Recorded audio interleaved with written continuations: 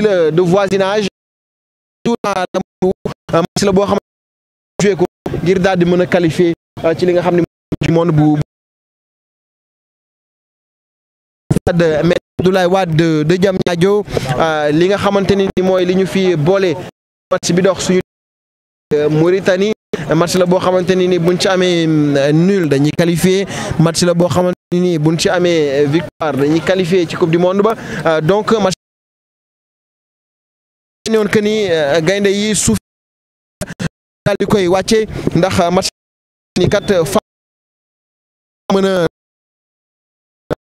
coupe du monde bi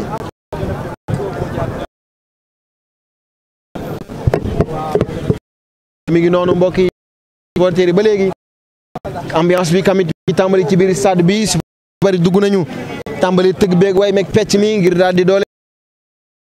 nees tuut ñoom itamit ñu daal di dugg ngir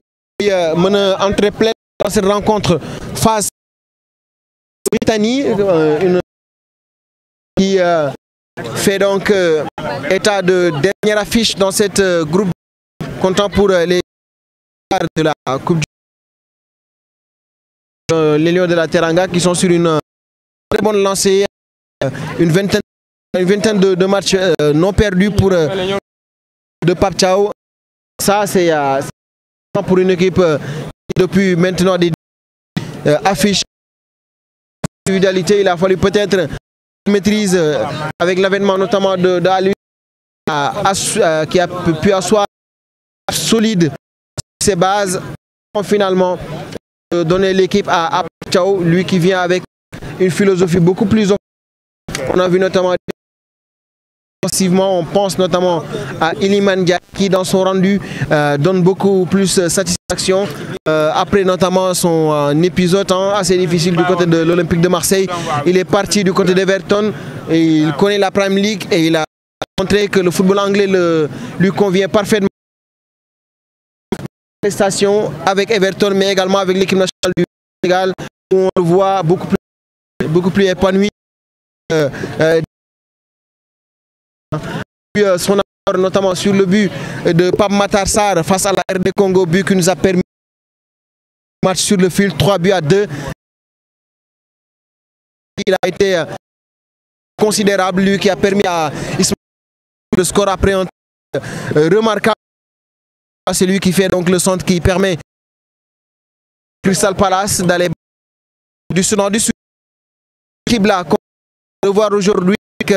une offensive. Iliman Sadio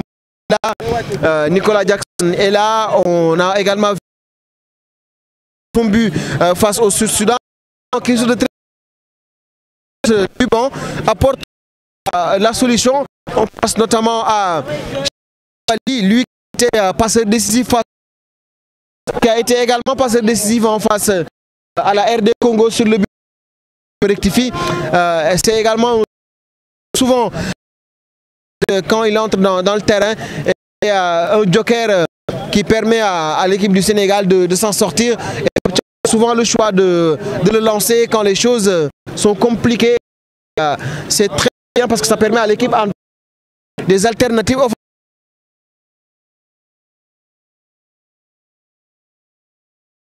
offensive de trouver des solutions.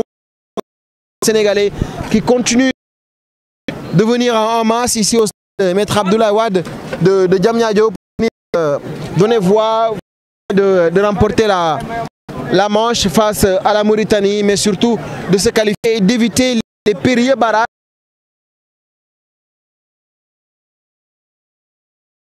Ça, c'est une très bonne chose. Et Saolof qui vient supporter l'équipe nationale du Sénégal, Maître Abdoulaye. Ah oui. Aywa ñu ngi noonu kon mbooloo ma jox la nga sànni ci kàddu. Ah mais comme lii. boo ko man niñ koy defee boo ko xamee. dara du la gaaw a yëngal. lu dul bakk bi lay tàngal. noonu la bakk bi ñan ñoo lay bakk. ah mooy borom franc yi de. waaw gars yi non seulement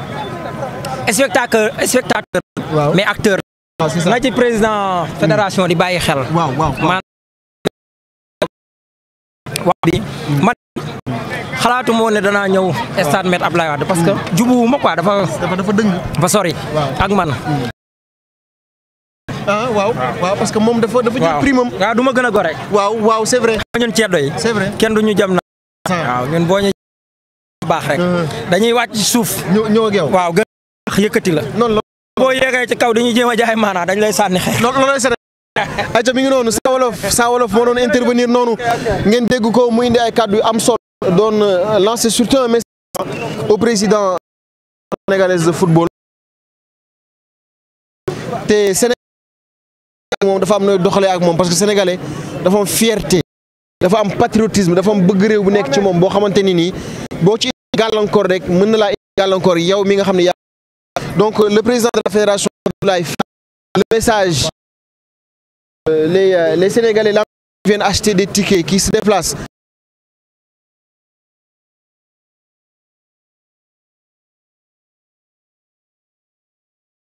pour venir à Diamniadio, leur désir le plus ardent de supporter l'équipe nationale du Sénégal, de donner voix afin que l'équipe nationale du Sénégal sorte gagnant face à tous les adversaires. Donc il faut peut-être voir la communication, être beaucoup plus diplomatique dans sa manière. Mi ngi noonu mbokk yi li mu tàmbali bareetul supporter nañu ci biir stade bi tàmbali di joxe li nga xamante ni nii moo di nañ dikk ak yéen ci li nga xamante ni moo di boobu la ambiance mbokk yi.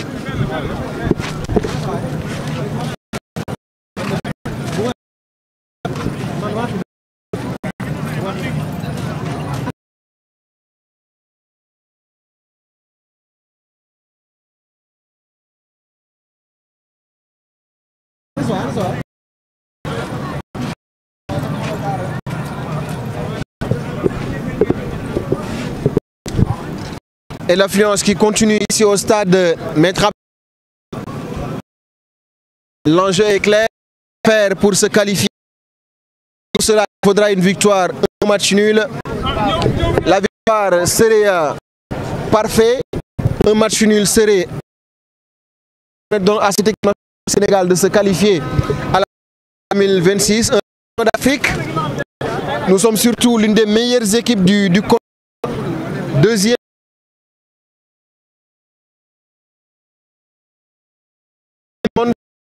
Surtout sur une lancée où on n'a pas perdu de match depuis au moins. Et ça, très très bonne chose pour les Sénégalais. Supporter ba léegi di wéy di ànd ak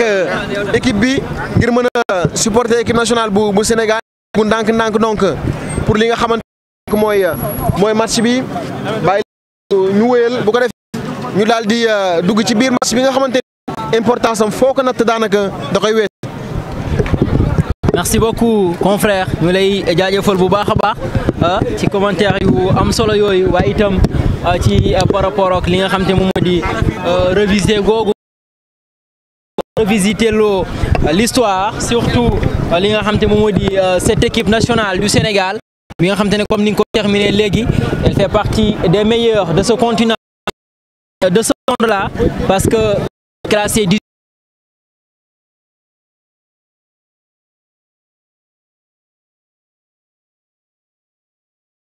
18e sur nga xam te ne moom moo di ci les meilleures équipes fait partie des meilleures au niveau mondial donc forcément elle ne doit pas rater ce rendez-vous bi nga xam te ne moom moo di le rendez-vous de 2026 ci li nga xam la plus grande compétition football les sélections coureuses d'abord des continents ba ci li nga xam te ne moom moo di fa muy mujj lépp donc devant les stades Maître Abdoulaye Wade bi nga xam fii gis ngeen ba tey le monde là ce stade daanaka mën nañu wax ne fekkee ne bon nombre daal dinañu dugg waaye ba léegi mu ngi am ñu bëree bëri ñoo xam te ne parfois même hors micro daal di accéder ci li nga xam te moom moo di comme niñ ko gisee y a toujours des rangs pas malgré que les gens entre malgré que ci biir ñu ngi dégg li nga xam te moo di l'ambiance bi fay régner comme ni nga xam te ne noonu lañ koy déggee ci tambour yi et tout à travers tous ces supporters là yi nga xam te ne ils ont réussi à rejoindre les tribunes de ce stade là nga xam te ne mu ngi contenir des milliers des dizaines de milliers yoo xam te ne kon mën nañu teew waaye itam mën nañu daal teew ci li nga ngir seetaan jongante bu am solo bi nga xam te xaar entre national du Sénégal de la Teranga ak ñi nga xam te ñu les Mourabitoun de la Mauritanie match bi nga xam te ne kon moom moo jëm ci qualification bi nga xam te ne kon moom la ñuy daal di def jëm ci lii nga xam te ne kon moom moo di ticket mondial bile donc ba léegi ñu daal di ci li nga xam te ne moom moo di par rapport ak match bi ñu jëm décortiquer quelques li nga xam te ne kon moom moo di peut-être quelques données ci lu jëm ci li nga xam te ne moom moo di match bi waaye itam li ñuy xaar ci li nga xam te ne kon moom moo di match bi par rapport ak nañu war a taxawee waaye itam par rapport ak li nga xam te ne kon surtout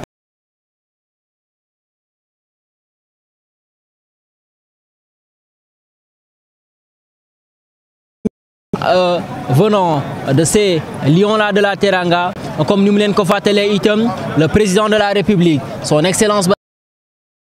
doit être de la partie. Mom dina ñew daldi jël ndam ci li nga xamantene mom modi jéema leen amal formation li nga xamantene mom modi cette rencontre là en attendant peut-être xool ba xam dinañu mën a accéder ci ba léegi nit ñu bëree bëri ñu ngi accéder ci li nga xam te ne moom moo di ci stade moment wala boog moo rencontre bi moo ko demandé waaye itam daal di utal si fii bok stade Maître Abdoulaye Wade bu Diamniadio bàyyee ko ci yu fasanti ci bëri ñi ba yeneen ba ci sax quelques régions dinañ fa bàyyee ko ngir ndaje mbile waaye itam ci noté yu am solo yoo les joueurs même daal dinañ ko surtout des tickets des centaines de tickets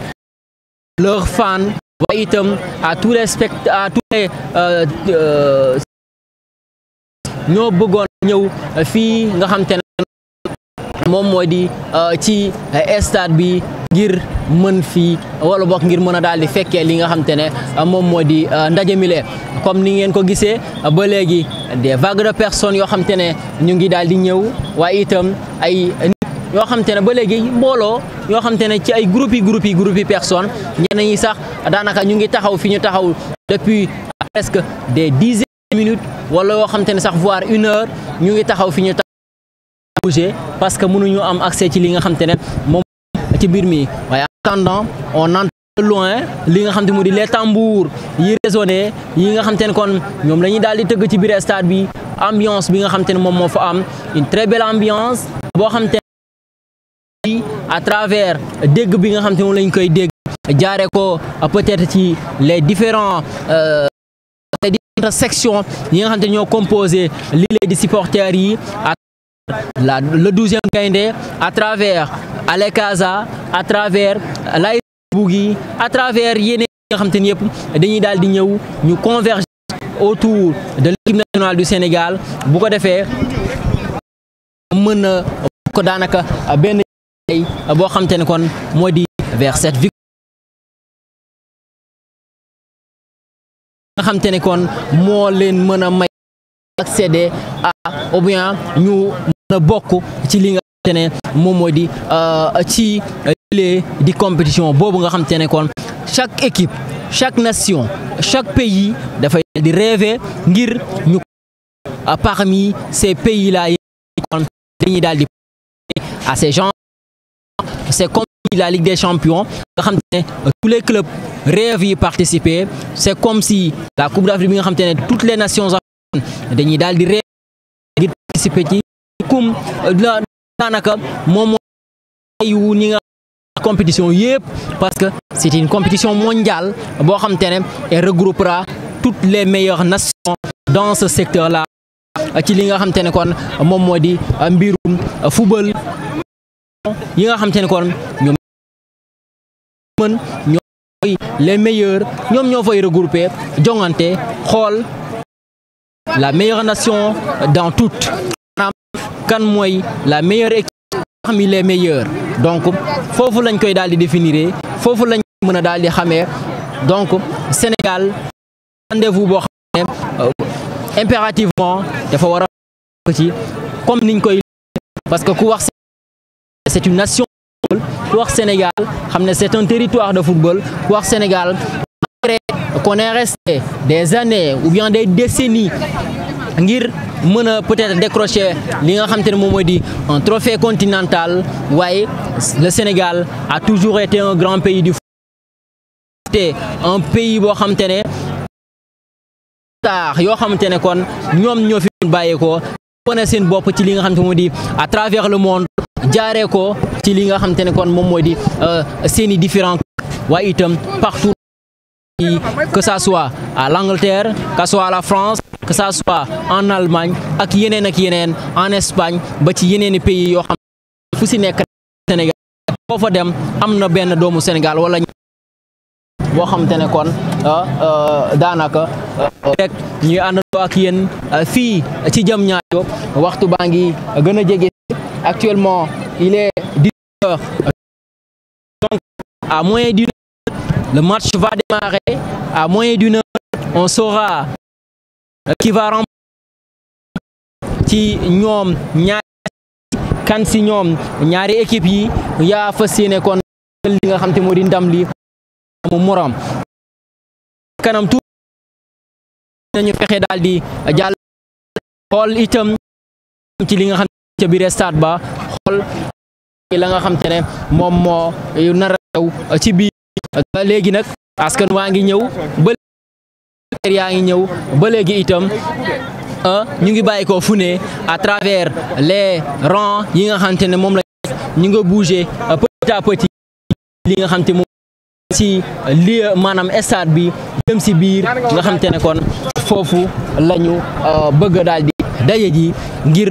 ñëpp mën a daal di teewee li nga xamante moo di ndaje mi amaana di itam saluer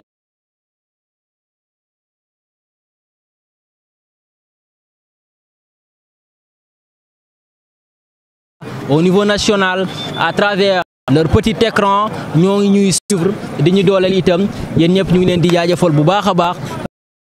ci àndandoo nga xam te ne saa su ne ñun ñu leen di faire vivre ces moments-là yoo xam te ne des moments inoubliables itam comme niñ leen koy defee la télé c'est de la magie ne waaye itam ñuy fexe ba di leen ko waaye de toute façon le devoir de vous servir donc yéen itam ñu leen di jaajëfal bu rek inshallah